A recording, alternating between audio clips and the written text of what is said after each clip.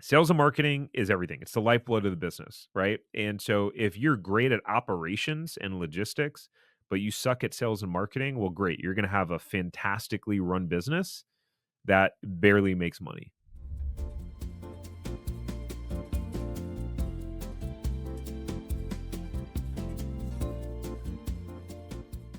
Strategy number 3 is a turnaround resale. What is a turnaround resale? A turnaround resale is an existing franchise that is either losing money or just about break even. And so what you'll find is that this is how you can buy a franchise for 30 cents on the dollar, if not less.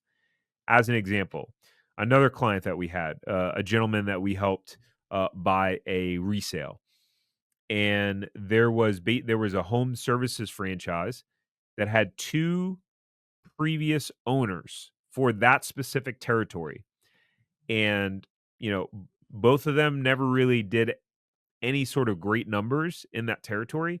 So you may think, what's a bad territory, right? If two different owners had it, like that's just a dead territory. It's a bad location. Well, it turns out that wasn't the case. So this individual was able to. So the person selling the franchise, basically the business like wasn't making money, and I think it was actually losing a little bit of money. And the person who was selling it had another business. They were focused on that other business. That was their moneymaker. So they didn't really put their all into that business overall. So what happened was our client was able to come in and buy this franchise with an existing base for 60 grand. They were able to buy it for less than how much it cost to get a new one up and running, which is wild. I think to get a new one up and running with the franchise fee and, all of the other stuff would have been like 150 grand. So he got it for a steal. What's crazy is that he wind up doubling. I had recently talked with him a couple months ago, and I think it was for like the month of February 2024.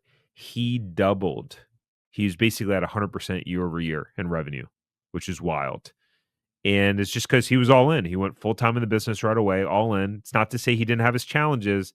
It's not all sunshine and rainbows. I know that he said in the beginning it was hard trying to figure out the different lead sources. There were some bad leads that he was buying, but he figured it out. He made a way, and pretty epic. And I know a lot about the strategy because the resale that I bought was a turnaround resale. It was a tremendous amount of work. I would not recommend it unless you plan on going full time. A turnaround resale is a tremendous amount of work, and you don't know how long it's going to take to get it turned around.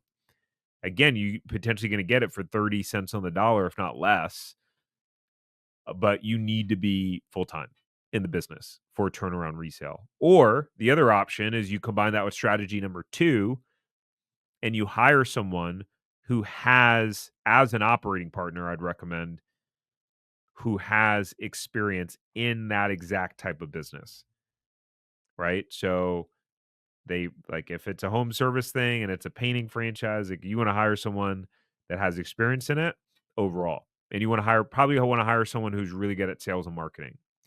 Because in business, Mark Cuban says this: sales cures all. Sales and marketing is everything. It's the lifeblood of the business, right? And so if you're great at operations and logistics, but you suck at sales and marketing, well, great. You're going to have a fantastically run business that barely makes money because the more sales you can generate, the more people you can hire. The more people you can hire, the more flexibility and freedom it creates for you and the business, right? If you can crush it in sales, even if the back end is uh, if you're with kids, I'm going to curse for a second, is a shit show. Even if the back end of the business is a shit show, then you can hire someone who can make it all organized and run it clean and efficiently, right? So, um, focus on sales and marketing. Super, super, super, super key. If you enjoyed this short clip from the podcast, you can check out another short clip right here.